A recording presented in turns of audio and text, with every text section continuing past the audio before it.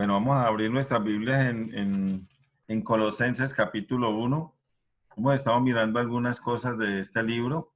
Bueno, en estudios pasados he hablado de los dos primeros versículos. Y bueno, vamos a orar primero. Amado Dios, te damos gracias, Señor, por la alabanza primero que todo, Padre, esos tres preciosos himnos que pudimos exponer, Padre, con nuestras voces delante tuyo en esta noche. Te agradecemos, Padre, porque de verdad fue un dulce intercambio, el sustituto perfecto, el lugar para la persona que debería ir a la cruz éramos nosotros los pecadores, pero el Señor fue en un dulce intercambio. Y también, Padre, tu gracia es mayor, aunque el pecado abunde, sobreabundó la gracia, Señor. Y Padre, también hermoso el himno, miles de ángeles, pensando, Señor, que hubieras podido llamar legiones para luchar en contra de tus enemigos, pero ese no era el plan tuyo ni el plan de tu Hijo. El plan de tu Hijo era pagar por los pecados de los seres humanos. Padre, permítenos abrir la Escritura y meditar un poquito en ella, Señor, y alabarte y glorificarte a través de ella, Señor. Padre, todo lo dejamos en tus manos, lo hacemos en el nombre del Señor Jesús, nuestro Salvador. Amén. Bueno, mis amados hermanos, en esta noche quisiera ponerle título al estudio, a veces no le pongo, se me olvida, pero el título es Hermanos. Así es, se llama el estudio Hermanos. El versículo 1 y 2 dice, Pablo, apóstol de Jesucristo por la voluntad de Dios, y el hermano Timoteo, a los santos y fieles hermanos en Cristo que están en Colosas, gracia y paz sean a vosotros de Dios nuestro Padre y del Señor Jesucristo. En estudios pasados hemos mirado algunas cosas de estos dos versículos dije en el estudio anterior que una de las cosas que más me gustaban, espero que lo recuerden, que más me gustaban de la vida cristiana era que me llamaran hermano. Hola hermano Javier, ¿cómo está mi hermano? Ese es uno de los saludos que más me agradan, que más me gustan. Yo me siento incómodo cuando de repente uno va a alguna parte donde no lo conocen, pero le oyen hablar a uno del Señor y creen que uno es el pastor y le comienzan a decir es pastor por aquí, pastor por allá. Me siento bastante, pero si me dicen hermano Javier, me siento muy bien. Ahora, cuando empecé mi relación con el Señor Jesucristo fue de mucho agrado para mí que me empezaran a decir hermano. Esta palabra me confirmaba que ya pertenecía a la familia de Dios, que ya tenía un montón de hermanos y hermanas en Cristo, que mi familia era la más grande familia que pudiera existir sobre la tierra. Mis amados hermanos, les confieso que es una dicha para mí ser su hermano. Y mis amados hermanos, es un gozo para mí que ustedes sean mis hermanos en la fe, mi familia en Cristo, mi gran familia celestial. Es una dicha, hermano. Y quiero que eso quede claro y que nos llene de gozo a todos. Somos la gran familia del Señor. El apóstol Pablo en el versículo 2 del capítulo 1 de Colosenses, dice a los santos y fieles hermanos en Cristo que están en Colosas. Ahora, esto nos muestra que la carta está dirigida a la iglesia, a los hermanos, a los santos, a los fieles hermanos que están en Colosas. En la familia cristiana debemos tener, una de las características que debemos tener es ser fieles a Dios y ser fieles a la familia cristiana. Somos hermanos en Cristo, ¿cierto? Somos hermanos en Cristo, pero es mucho mejor ser fieles hermanos en Cristo. Ser fieles hermanos en Cristo. Llamarnos hermanos en Cristo debe ser sinónimo de lealtad, de fidelidad, de entrega, de fe. La palabra fe está muy relacionada con la palabra fidelidad. Van de la mano. Llamarnos hermanos en Cristo debe mostrar que nosotros queremos lo mejor para mi hermano, pero también llamarnos hermanos muestra que tenemos un carácter de obediencia a nuestro Dios y a su palabra. Muchas personas se preguntan, ahí van los hermanos, o por qué se llamarán hermanos. Aún parte de mi familia, cuando cuando viene a buscarme a alguien y esa familia mía no es creyente, entonces dicen, ve, ahí vino su hermano, y me lo está diciendo un hermano en la sangre, entonces ahí vino su hermano a buscarlo. A veces en tono despectivo puede ser, pero somos hermanos. Ahora, definir hermano es muy sencillo. En el diccionario dice, los hermanos son seres humanos o animales que tienen en común los mismos padres o uno de ellos. Los verdaderos creyentes somos hermanos porque tenemos el mismo Padre que es nuestro Dios. Amén, ¿cierto, hermanos? Amén. En Primera de Juan, es un versículo que quise utilizar para apoyarme. Primera de Juan capítulo 3, el versículo 1 dice, mirad cuál amor nos ha dado el Padre para que seamos llamados hijos de Dios. Por esto el mundo no nos conoce porque no le conoció a Él. Bueno, para la gente es muy duro que ahí van los hermanos, se llaman hermanos y parece que fuéramos una raza rara. Pero este versículo nos dice que somos hijos de Dios. Mirá cuál amor nos ha dado el Padre para que seamos llamados hijos de Dios. Si somos hijos de Dios, entonces somos hermanos. Tenemos el mismo Padre. Dios, el poderoso Dios, es nuestro Padre. Yo quisiera que me dijeran otra vez, amén. Mis amados hermanos, en el Antiguo Testamento, la palabra hermano hace referencia comúnmente a la relación de sangre.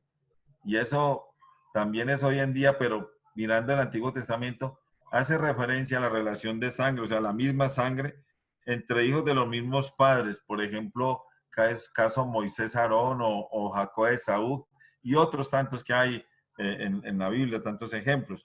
Pero el término hermano también se utilizaba en el Antiguo Testamento para referirse a la condición de pariente, aliado o compatriota.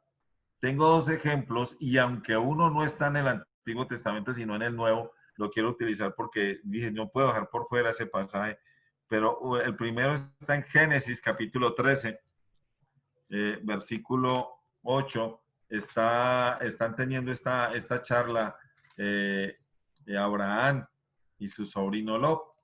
Entonces, están escogiendo para dónde se va a ir el uno y para dónde se va a ir el otro. Y en el versículo, bueno, el capítulo 13 nos hablan de Abraham y Lot se separan, ¿cierto? En el versículo 8 entonces dice, entonces Abraham dijo a Lot, no haya ahora altercado entre nosotros dos, entre mis pastores y los tuyos, porque somos hermanos. En realidad eran tío y sobrino, pero aquí nos está hablando de parientes. Entonces esto es un ejemplo que en el Antiguo Testamento podría utilizarse para hablar de parentela. En el Nuevo Testamento hay un versículo que me parece de los versículos más maravillosos que uno puede encontrar en Hechos capítulo 2. ¿Por qué lo utilizo? Porque ellos todavía ahí están en la ley, pero el apóstol Pedro les está predicando de la gracia, les está predicando del Señor Jesucristo. Y en Hechos capítulo 2, después de que el apóstol Pedro les echa semejante discurso, semejante predicación, por ejemplo, en el versículo 22 les dice, varones israelitas, oí estas palabras, Jesús Nazareno, varón aprobado por Dios entre vosotros, con las maravillas, prodigios y señales que Dios hizo entre vosotros por medio de él, como vosotros mismos sabéis. ¿A quién está? Si notamos, él está hablando varones israelitas, le está hablando a sus compatriotas, pero en el versículo 37 dice, después de echarle el discurso, bueno, en el 36 dice, sepa pues ciertísimamente toda la casa de Israel, vuelve y habla a su pueblo, que a este Jesús a quien vosotros crucificasteis, Dios le ha hecho Señor y Cristo. Pero el versículo 37 dice, al oír esto se compungieron de corazón y dijeron a Pedro y a los otros apóstoles, varones, hermanos, ¿qué haremos? Y ya sabemos la respuesta de Pedro. Entonces, si ustedes notan, ellos utilizan la palabra hermanos, porque eran de una misma nación, eran de una misma raza, era el pueblo escogido por Dios y utilizan la palabra hermanos. Ahora, en el Nuevo Testamento, la palabra hermano también se utiliza para describir una relación física, una relación de sangre, hijos de padre y madre o de uno de los dos. En el Antiguo Testamento es la misma cosa. Si ustedes recuerdan, este Jacob, que luego cambió el nombre a Israel, Jacob tuvo dos mujeres, ¿cierto? Lea y Raquel. Raquel tenía una criada que se llamaba Bila y la otra tenía una criada que se llamaba, se me olvida el nombre, eh, eh, Silpa, si no estoy mal, es como por ahí. Y entonces, ahora Jacob tiene hijos de las cuatro mujeres. Lea le dio hijos, la criada de Lea le dio hijos, Raquel le dio hijos y la criada de Raquel también le dio hijos. Pero todos eran hermanos. De ahí es donde está José, que vemos la historia de José, lo que pasó. Todos eran hermanos. Entonces, en el Antiguo Testamento y en el Nuevo, la relación de sangre, o si tienen el mismo padre y la misma madre, son hermanos, o si uno de los dos, si son hijos del mismo padre o de la misma madre, también son hermanos. En el Nuevo Testamento vemos casos especiales como el de Andrés, que era hermano de Pedro, ambos apóstoles, o el caso de Juan y Jacobo, que eran hijos de Zebedeo, apóstoles también. También debemos pensar en algo, hermanos, y quiero que nos ubiquemos en Marcos, capítulo 6, pero en Marcos capítulo 6, en Marcos 3, encontramos algo bien especial, y es que en Marcos 3 se mencionan los hermanos del Señor Jesucristo, pero bueno, miremoslo, en Marcos 3:31 dice, vienen después sus hermanos y su madre, y quedándose afuera enviaron a llamarle. Es un pasaje que de pronto vamos a mirar ahorita un poquito más, pero en Marcos capítulo 6, versículo 3, nos da los nombres de los hermanos del Señor Jesucristo. Miremos a ver si es verdad. Dice, no, en Marcos capítulo 6, versículo 3 dice, ¿no es este el carpintero, hijo de María, hermano de Jacobo, de José, de Judas y de Simón? ¿No están también aquí con nosotros sus hermanas? Y se escandalizaban de él. Normalmente, ya quiero llegar ahora, pero me surge una pregunta antes de seguir con el tema. Nosotros en la iglesia nos llamamos hermanos espirituales, ¿cierto? No somos de la misma carne o de la misma sangre en el sentido físico. Nos llamamos hermanos espirituales, pero tengo una pregunta y no sé si alguien quisiera abrir el micrófono y contestármela. La pregunta es, ¿por qué los hermanos del Señor Jesús, hijos de José y María, no eran hermanos espirituales del Señor Jesucristo? ¿Por qué?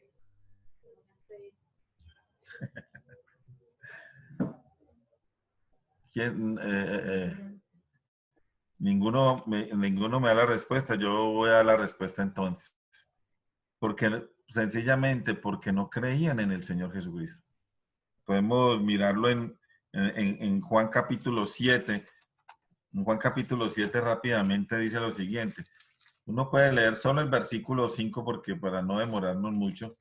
En Juan 7, versículo 5, dice lo siguiente. Dice, porque ni aun sus hermanos creían en él. Porque ni aun sus hermanos creían en él. Pero hay una cosa maravillosa. Ellos no creían, pero todo parece indicar que después de la resurrección del Señor Jesucristo, creyeron. Allá en 1 Corintios 15 nos habla que se le apareció a más de 500 personas y en una de esas dice que se le apareció a su hermano Jacobo, que ese es uno de los versículos que más me impresionan porque siempre digo, ¿cómo es que su hermano no creía en él y cómo sería verlo resucitado? Quizás ahí creyó. En Hechos capítulo 1, cuando miramos Hechos capítulo 1, versículo 14, ¿qué encontramos? Nos dice, todos estos perseveraban unánimes después de que el Señor Jesucristo asciende a los cielos, comienzan a reunirse los apóstoles y algunas personas más y dice el versículo 14, todos estos perseveraban unánimes en oración y ruego con las mujeres y con María, la madre de Jesús, y con quién más, con sus hermanos, con sus hermanos. Entonces, esto es una cosa bien especial, de ver a los hermanos del Señor Jesucristo ya reunidos en oración y súplica, ya creyendo en el hermano. Antes no creían en su hermano.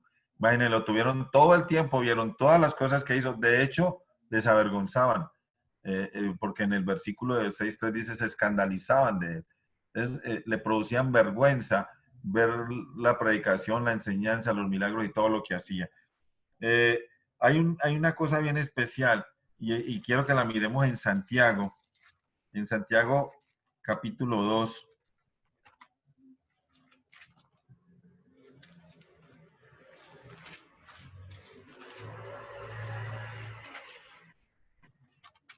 ¿Por qué voy a Santiago? Porque en Santiago eh, todos los estudiosos hablan que este Santiago es el mismo Jacobo, hermano del Señor Jesucristo.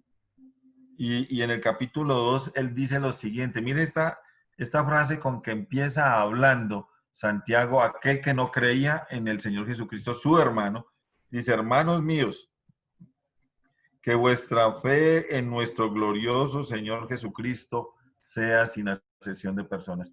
Y aunque nos habla de la asesión de personas, yo solo quiero sacar de este versículo lo que dice en el medio, que hermanos míos, que vuestra fe en nuestro glorioso Señor Jesucristo. Ya vemos al hermano del Señor Jesucristo dando testimonio del Señor Jesucristo, de que su fe estaba puesta en su hermano y es en el Salvador, el Señor Jesucristo, y además estaba animando a los que les está escribiendo la carta. Ahora, si uno mira detenidamente en Santiago, hay un montón de versículos donde él utiliza la palabra hermanos, que es lo que yo quiero destacar hoy. Somos hermanos en Cristo, somos hermanos. Y el apóstol Pablo creo que utiliza en sus cartas más o menos la palabra 133 veces. Pero, por ejemplo, miremos algunos versículos así de afán ahí en Santiago. Por ejemplo, en el 1:2 dice, hermanos míos, tened por sumo gozo. En el 1:16 dice, amados hermanos míos.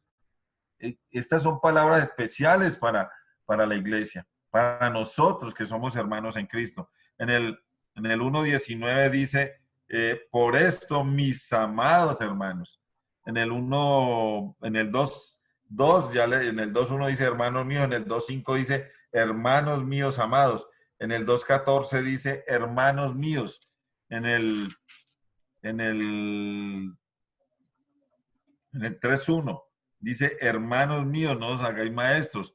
En el 3:10 dice, de una misma boca proceden bendición y maldición. Hermanos míos, esto no debe ser así. En el 3:12 dice, hermanos míos. En el 5:9 nos dice, hermanos. En el 10 empieza diciendo, hermanos míos. En el 12, pero sobre todo, hermanos míos. Quise utilizar todas estas veces que Santiago utiliza esta frase, hermanos míos, amados o amados hermanos míos. Y eso es lo que debemos ser en la iglesia, amados hermanos. El hermano Olmey, creo que fue el domingo en la mañana, nos tocaba, creo que parte del tema del comportamiento de los hermanos en la iglesia unos con otros.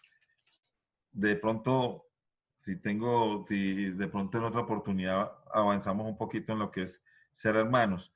Ahora, el término hermano se encuentra o aparece por primera vez en Génesis 4. Vamos a Génesis 4 porque ahí es donde aparece la palabra hermano por primera vez.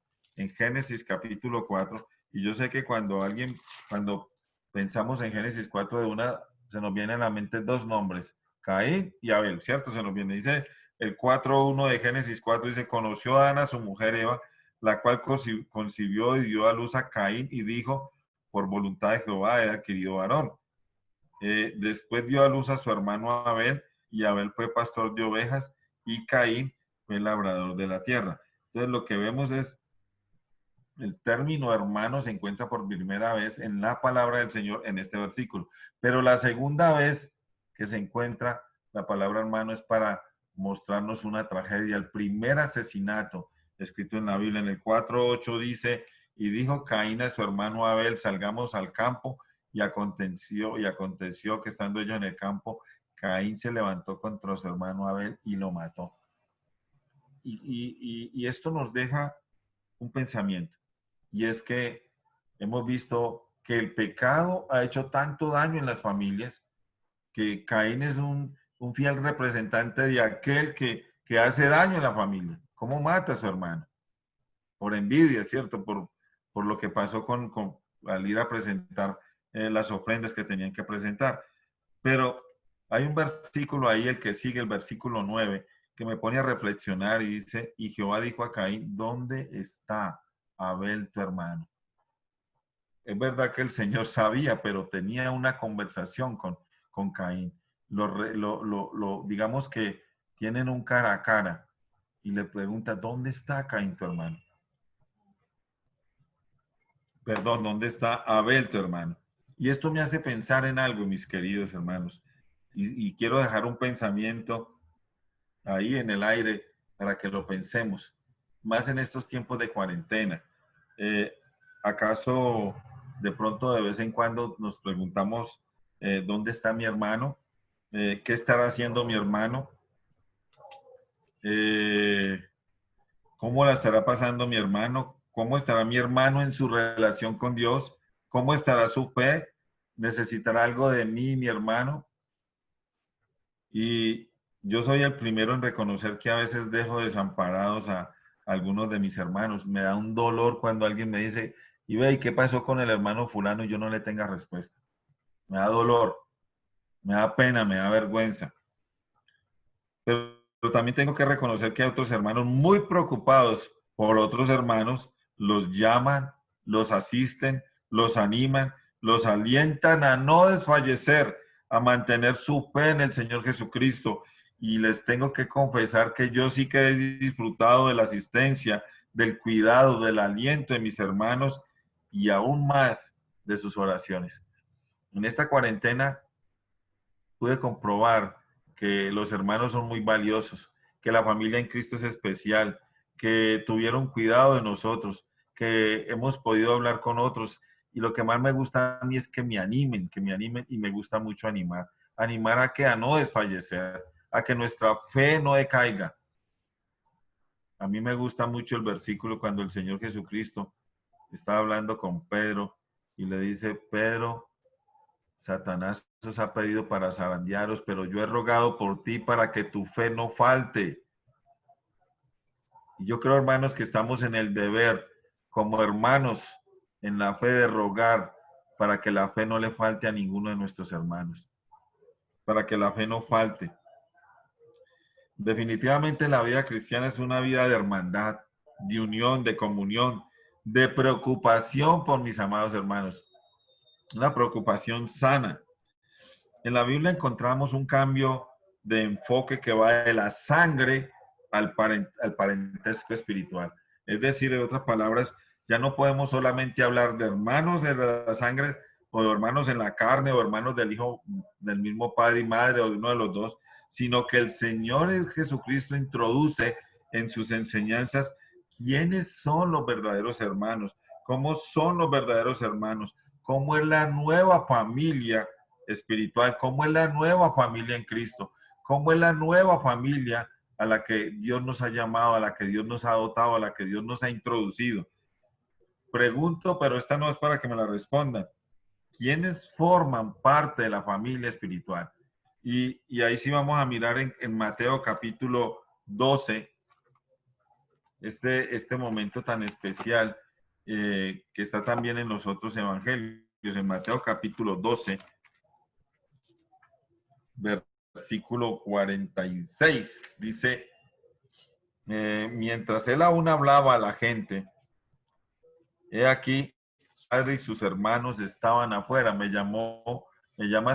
Siempre que paso por este pasaje me llama mucho la atención eso. ¿Dónde estaban su mamá y sus hermanos en la sangre? Estaban afuera. Y es tan triste porque muchos de nuestras familias, quizás hijos, hermanos, padres, no están dentro de la familia espiritual, sino fuera de la familia espiritual. No están cerca de Dios, sino lejos de Dios. Dice, mientras él aún hablaba a la gente, aquí su madre y sus hermanos estaban afuera y le querían hablar. Y le dijo uno, he aquí tu madre y tus hermanos están afuera y te quieren hablar. Respondiendo él al que le decía esto, dijo, ¿quién es mi madre y quiénes son mis hermanos? Y extendiendo su mano hacia sus discípulos, dijo: He aquí mi madre y mis hermanos, porque todo aquel que hace la voluntad de mi Padre que está en los cielos, ese es mi hermano y hermana y madre. ¿Tenemos hijos, hermanos en la carne? Sí, claro, hermanos de sangre tenemos muchos, o varios. Yo tengo dos, quizás más porque parece que mi padre tuvo otros hijos por fuera que yo no los conozco como hermanos, no los he llegado a ver. Pero, ¿quiénes son mis hermanos? ¿Quiénes son los que forman parte de la familia espiritual? En este pasaje, junto con Marcos capítulo 3, que leímos del 31 al 35, leímos un versículo, y también en Lucas 8 encontramos la misma porción. El Señor Jesucristo introduce el significado preciso de lo que es ser hermano, de lo que es pertenecer a la familia espiritual. ¿Quiénes forman parte de la familia espiritual? Versículo 50 dice: porque todo aquel que hace la voluntad de mi Padre que está en los cielos, ese es mi hermano, hermana y madre. O sea que, ¿quiénes forman parte de la familia espiritual? Todos los que hacen la voluntad del Padre. En el pasaje paralelo de Lucas 8, en el versículo 21, encontramos otras palabras, pero nos dicen lo mismo. Mire, dice: mi madre y mis hermanos son los que oyen la palabra de Dios y la hacen. En otras palabras, está diciendo lo mismo, ¿cierto? Son los que hacen la voluntad de Dios, pero me gusta, como lo dice en Lucas, son los que oyen la palabra de Dios y la hacen. Sabemos que muchos de nuestros familiares han escuchado la palabra de Dios, pero no la hacen. O sea, pasa por encima. Queda como algo que no sirve, no les sirve a ellos. Ahora, eh, mis queridos hermanos y amigos, el requisito principal para formar parte de la familia espiritual, para formar parte de la familia de Dios, es hacer la voluntad de Dios. Ahora, cualquiera se preguntaría, entonces, ¿cuál es la voluntad de Dios? Y para eso tenemos que ir al Evangelio según San Juan, que nos da la información especial referente a esta pregunta. ¿Cuál es la voluntad de Dios? Porque en la Biblia nos habla varias veces y la voluntad de Dios, por ejemplo, en primera de Tesalonicenses capítulo 3, versículo 4, dice: y esta es la voluntad de Dios, que os apartéis de fornicación. No, y esta es la voluntad de Dios, vuestra santificación, que os apartéis de fornicaciones, que creo que dice así. Entonces dice aquí en el versículo, en capítulo 6 de Juan, versículo 28, el Señor Jesucristo les ha hecho el milagro de multiplicar los panes y los peces. Han comido y ellos comienzan a buscarlo y él los recrimina que ellos de verdad solo lo están buscando por la comida.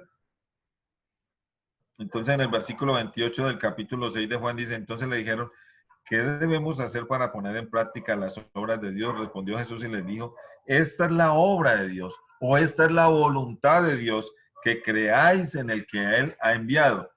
En el versículo 37 dice: todo lo que el Padre me da vendrá a mí, y el que a mí viene no le echo fuera, porque he descendido del cielo no para hacer mi voluntad, sino la voluntad del que me envió. Y esta es la voluntad del Padre, el que me envió, que todo lo que me diere no pierda yo nada, sino que lo resucite en el día postrero. Y esta es la voluntad del que me ha enviado, que todo aquel que vi al Hijo y cree en él tenga vida eterna, y yo le resucitaré en el día postrero. En el versículo 47 es contundente y dice: de cierto os digo, el que cree en mí tiene vida eterna. Entonces, ¿cuál es la voluntad de Dios? Que creamos en su Hijo. Gracias a Dios porque nosotros hemos creído en Él y por eso pertenecemos a la familia de Dios. El que hace la voluntad del Padre, creer en el Hijo. Ahora, cuando ya hemos creído, estamos aptos para hacer la voluntad de Dios. Tenemos que ir a buscar la voluntad de Dios a través de su palabra. Y si hacemos la voluntad de Dios, buscamos la voluntad de Dios en la palabra, estamos mostrando que somos hijos de Dios, que hemos tenido un encuentro especial con el Señor Jesucristo. Ahora, podemos resumir entonces que solo los que creen en Jesús, escuchan su palabra y la obedecen, pertenecen a la familia espiritual de Dios. Los únicos que deben ser llamados hermanos por nosotros los creyentes son los que por la obediencia al Evangelio han llegado a ser hijos de Dios y por consiguiente hermanos en Cristo. Mis queridos hermanos, al ser hermanos en Cristo quedan rotas las fronteras culturales, étnicas y nacionales. Ya nuestra ciudadanía está en los cielos, ¿cierto, hermanos? Ya nuestra ciudadanía está en los cielos. Por eso somos la familia de Dios, somos la familia celestial. No importa que seamos de distintas procedencias, somos hermanos, porque en la familia espiritual todos tenemos un mismo Padre y un mismo Señor, que es el Señor Jesucristo. Y yo quisiera oír un amén, ¿cierto? Lo último que tengo para decir es que a veces nos equivocamos. Eh, Llega una persona y a veces como que queremos hacerla sentir bien y le decimos hermano. No es hermano hasta que no haya hecho la voluntad de Dios, hasta que no haya creído. Pero gocémonos en esta noche porque somos hermanos en Cristo, somos la familia de Dios, somos, queda anulado todo lo que, porque si miramos en nuestra iglesia hay de todas las razas. Yo creo que yo parezco como de la India, ¿cierto? Por el color mío, por mi forma, pero somos todos a veces de diferentes razas, pero somos hermanos en Cristo, somos de la familia en Cristo y eso nos alegra. Y eso nos anima. Yo quiero que nos animemos a eso. Yo espero que en otro estudio podamos hablar de las responsabilidades de ser hermanos en Cristo. Las responsabilidades de pertenecer a la familia en Cristo, de pertenecer a la familia de Dios. Oremos, amado Dios, te damos gracias en este tiempo tan especial y maravilloso en que nos has dado la oportunidad, Padre, de abrir las Escrituras y de pensar en esta palabra especial, hermanos. Oh Dios de los cielos, nos has hecho hermanos a diferentes personas, de diferentes razas, de diferente color, Señor, de diferentes países, diferentes nacionalidades, diferentes etnias, diferentes parentescos, Señor, diferentes culturas, pero nos has unido en la familia en Cristo. Padre, cuán bueno y cuán delicioso es habitar los hermanos juntos en armonía, dice tu palabra. Te agradecemos este tiempo, Señor, y ayúdanos a preocuparnos, a vivir, a alentar, a animar a los hermanos, a preocuparnos por nuestra familia en Cristo. Padre, dejamos todo en tus manos y oramos para que sean más las personas que lleguen a pertenecer a la familia en Cristo. Padre, no dejamos de orar por Olmedo, por nuestro querido amigo Olmedo y por Dandy, Señor, para que les concedas, Padre, salir de este momento tan difícil. Te lo pedimos en el nombre del Señor Jesús, nuestro Salvador. Amén.